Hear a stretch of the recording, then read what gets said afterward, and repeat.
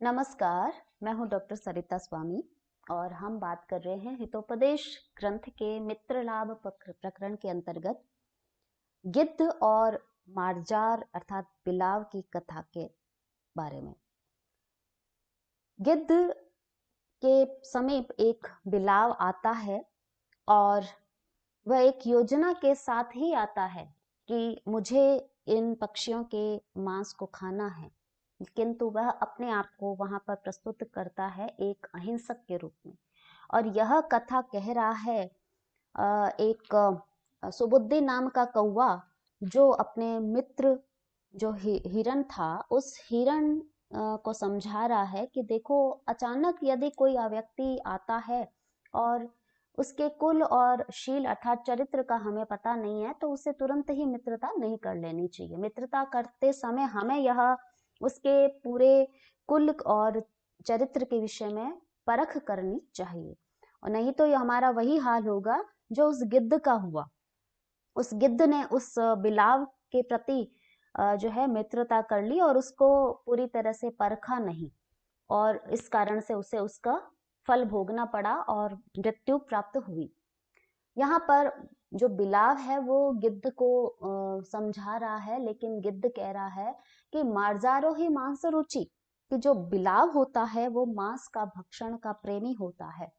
पक्षी शावकाश्च अत्र निवसंति, और लेकिन पक्षी शावक जो है पक्षियों के बच्चे यहाँ पर निवास करते हैं। तेन अहम एवं ब्रवीमि, इसीलिए मैंने ऐसा कहा है तुम्हें कि आप यहाँ नहीं रह सकते हो, आप यहाँ से चले जाइए। ततश्रुत्वा मार्जारो भूमि स्पृष्ट्वा कर्णो स्पर्शति, तत्श्रुत्वा उसे सुनकर के, गिद्ध के वचन सुनकर के, मार्जारो जो बिलाव है उसने भूमि स्पृष्ट्वा भूमि को छूकर, कर्णो स्पर्शति कानों को छुआ।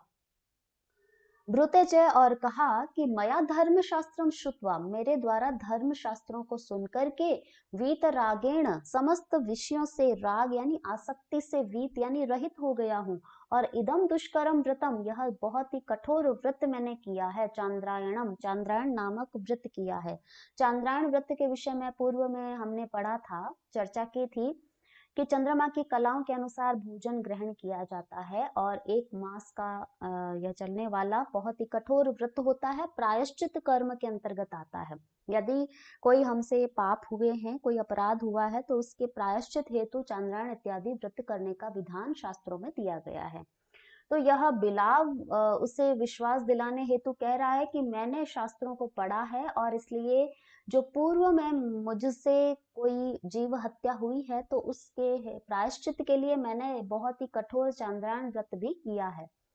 यतः परस्परम विवाद मानानाम अपि धर्मशास्त्राणाम, यतः क्योंकि परस्पर विवाद मानानाम अपि, परस्पर विवाद करने वाले धर्मशास्त्राणाम जो धर्मशास्त्र होते हैं उनके द्वारा भी, अहिंसा परमो धर्म, अहिंसा ही सबसे बड़ा धर्म है।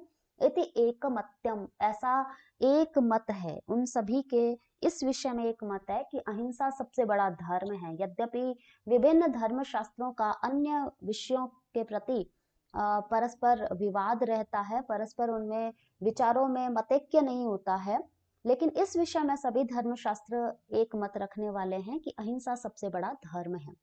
यतः क्योंकि सर्व हिंसा वृता ये नरा सर्व सहाश्च ये सर्वस्य आश्रय भूताश्च ते नरः स्वर्गगामिनः, ये नरा जो मनुष्य सर्व हिंसा निवृता सभी प्रकार की हिंसा से रहित हो गए हैं, अर्थात मन वचन और कर्म तीनों प्रकार से हिंसा को जिसने छोड़ दिया है।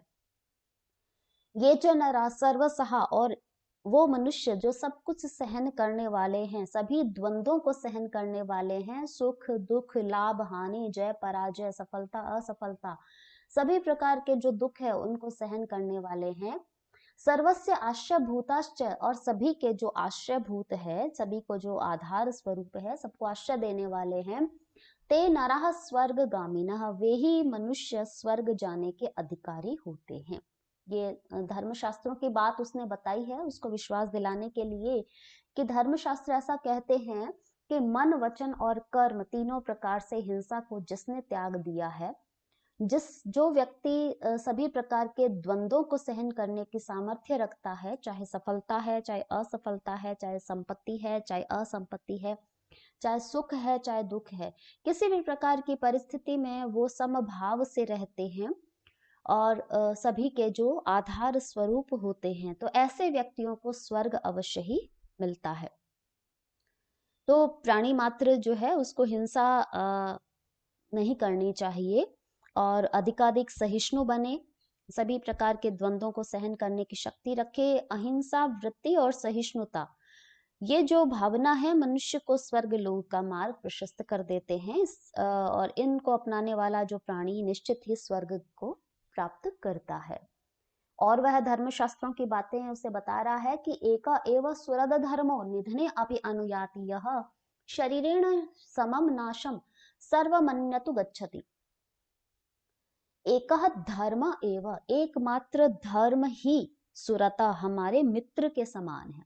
जैसे मित्र हमें सुख दुख में साथ निभाता है, वैसे ही धर्म जो होता है वह हमारे सदा सर्वदा साथ रहता है। यह निधने अपि अनुयाति, धर्म जो है वह मरने के पश्चात भी अनुयाति हमारे पीछे पीछे आता है, परलोक में भी हमारे साथ रहता है। अन्यत सर्वम, अन्य सब कुछ शरीरेण समम नाशम गच्छति, शरीर के साथ ही नाश को प्राप्त कर लेते हैं। अर्थात जिस प्रकार मित्रता है, वह व्यक्ति एक सच्चा मित्र है, वो व्यक्ति के सुख दुख में साथ रहता है। लेकिन जो धर्म ऐसा मित्र है जो न केवल हमारे इस संसार में अपितु परलोक में भी हमारे साथ जो है मित्रता धर्म निभाने के हेतु हमारे साथ तैयार रहता है। तो जो सर्वश्रेष्ठ मित्र कौन हो गया? धर्म। और जो हमारे यहाँ पर हमें प्राप्त है, पुत्र मित्र बंधु बांधव संपत्ति, ये सब मृत्यु के समय साथ छोड़ देते हैं। जैसे शरीर साथ छोड़ देता है, स्थूल शरीर, परलोक में सुख दुख का कारक है वह धर्म ही होता है। इसलिए धर्माचरण से हमें विमुख नहीं होना चाहिए और धर्म का सदा सर्वदा पालन करते रहना चाहिए। किंच और भी कहा है शास्त्रों में कि यो अत्ति यस्य यदा मांसम उभयो पश्यताम अंतरम एकस्य क्षणिका प्रीतिर अन्यः प्राणे विमुच्यते। यहाँ पर बताया कि जो व्यक्ति किसी अन्य प्राणी का मांस खाता है तो उसे तो क्षणिक रूप से एक आनंद की प्राप्ति होती है, लेकिन दूसरा है वह प्राणी तो अपने प्राणों को ही खो देता है। तो यहाँ कहा कि यह जो यस्य मांसम, जिस प्राणी का मांस, यदा जिस समय अति खाता है, तदा उस समय उभयो, उन दोनों का, अर्थात भक्षक और भक्ष्य, उन दोनों का अंतरम पश्यत, अंतर है वो देखना चाहिए, अंतर साक्षात द्रष्टव्य है। एकस्य क्षणिका प्रीति, एक को तो क्षणिक रूप से आनंद की प्राप्ति होती है, अर्थात वह जब मांस का भक्षण करता है तो उसे एक बार संतुष्टि मिलती है, भूख उसकी शांत होती है। लेकिन अन्य तो जो प्राणी है वह प्राणेर विमुच्यते, अपने प्राणों से ही अलग हो जाता है। तो हिंसा जो है उसको छोड़ करके अहिंसा की ओर प्रवृत्त होना चाहिए, क्योंकि जीवन का यथार्थ आनंद जो है हिंसा में नहीं है। परम संतुष्टि का अनुभव उससे नहीं होता है, क्षणिक संतुष्टि मिल सकती है। जो हिंसा का पात्र बनता है उसके तो प्राण ही संकट में चले जाते हैं, अतः वह बहुत बड़े दुख की प्राप्ति करता है। लोक में सुख और दुख हिंसा और अहिंसा के परिणाम स्वरूप हमें प्राप्त होते हैं। इसलिए हिंसा और अहिंसा का भेद गहन विचार कर लेना चाहिए और आत्म कल्याणार्थ हिंसा का सर्वथा परित्याग कर अहिंसा को ही अपनाना चाहिए। तो मैंने भी हिंसा इसी कारण से त्याग दी है।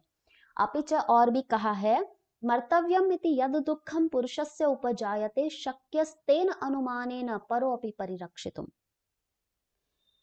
हमारे शास्त्र कहते हैं कि जब व्यक्ति स्वयं को यह अनुभव करे कि मुझे मरना है, पुरुषस्य मर्तव्यम, कि इस शरीर को तो मरना ही पड़ेगा, इति यद दुखम उपजायते, ऐसा सोच कर ही जो दुख उत्पन्न होता है, तेना अनुमानेन, उस दुख के अनुमान के द्वारा ही पर अपि, दूसरा प्राणी भी, परिरक्षितुम शक्य, उसका भी जो है उसकी रक्षा करने योग्य है। अर्थात तो जितना दुख मुझे होता है उतना ही दुख दूसरे को भी होता है। ऐसा यदि समझ लिया जाए तो हम दूसरे प्राणी की रक्षा भी कर सकते हैं। तो अतः हमें हिंसा को नहीं अपनाना चाहिए। कि यदि इसी क्षण मेरी मृत्यु होने वाली है यह पता चल जाए तो उसे बहुत महान दुख की प्राप्ति होती है। सबसे बड़ा दुख प्राणी को अपनी मृत्यु का ही होता है। तो यहाँ पर उस भय को, उस दुख को अनुभव यदि कर लिया जाए तो दूसरे प्राणी को भी उतना ही दुख होता है।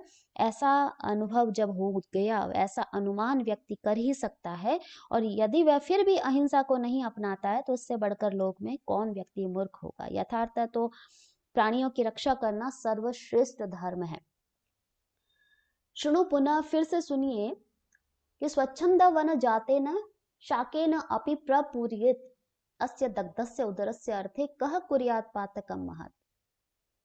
यहाँ कहा कि यदि इस उदर की पूर्ति, इस पेट की पूर्ति स्वच्छंद वन जाते न, स्वाभाविक रूप से वन में उत्पन्न होने वाले शाकेन, शाक पात इत्यादि अर्थात जो कंदमूल है उनसे भी प्रपूरयित भरी जा सकता है, उस पेट की पूर्ति की जा सकती है।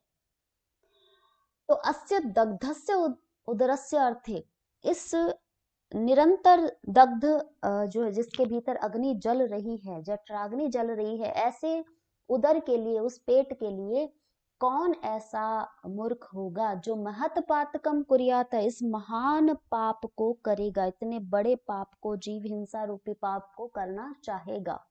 क्योंकि जठराग्नि कभी भी है वो मंद नहीं पड़ती है। आज हमने प्रातःकाल यदि भोजन किया है तो सायंकाल पुनः भूख का एहसास होगा।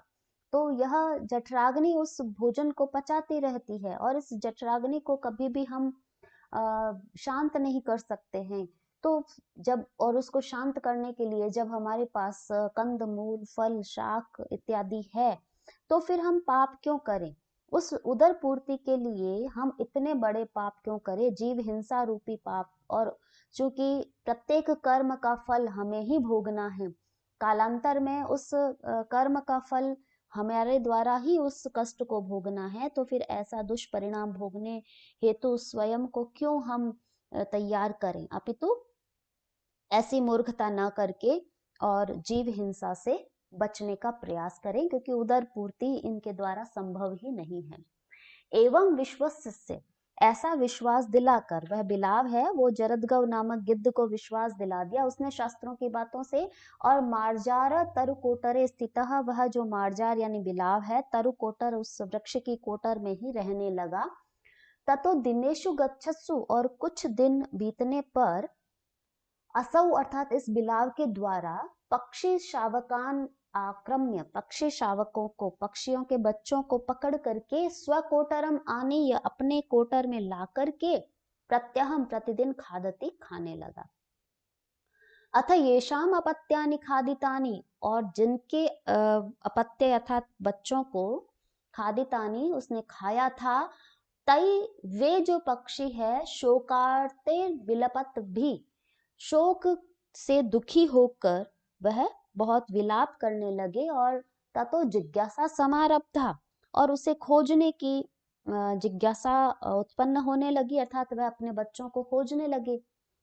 तत्परिज्ञाय, इस बात को जानकर कि भी बच्चों को खोज रहे हैं सभी पक्षी, तो मार्जारह जो वह बिलाव है, कोटरात निसृत्य, कोटर से निकल करके वहीं पलायता, बाहर भाग गया। पश्चात पक्षी भी ततस्ततो निरूप्य, इसके पश्चात जो पक्षी है वो उन्होंने वहां पर जो है देखा, कोटर में भी देखा। तत्र कोटरे, और उस कोटर में शावक अस्थिनी प्राप्तानी, अपने बच्चों की हड्डियों को प्राप्त किया। अनंतरम ते ऊचु, उसके बाद उन पक्षियों ने कहा कि अनेनेव जरद गवे आत्मानम आत्माकम शावका खादिता, कि इसी जरदगव नामक गिद्ध ने ही हमारे बच्चों को खाया है। इति सर्वे पक्षी भी निश्चित, ऐसा सभी पक्षियों ने निश्चित किया। और गृधो व्यापादिता, और गिद्ध को मार डाला। अतो अहम रवेमी, इसीलिए मैं कह रहा हूं। कौन कह रहा है? वह सुबुद्धि नामक कौवा, कि इसीलिए मैं तुम्हें कह रहा हूं कि अज्ञात कुलशील से इत्यादि, कि अज्ञात कुलशील इत्यादि अर्थात किसी के कुल और शील अर्थात चरित्र का यदि हमें पता नहीं हो तो हमें उससे तुरंत मित्रता नहीं करनी चाहिए। तो यहाँ पर इस कथा का यही समापन हो रहा है और अगली कथा हम अगले वीडियो में बात करेंगे। तब तक के लिए धन्यवाद।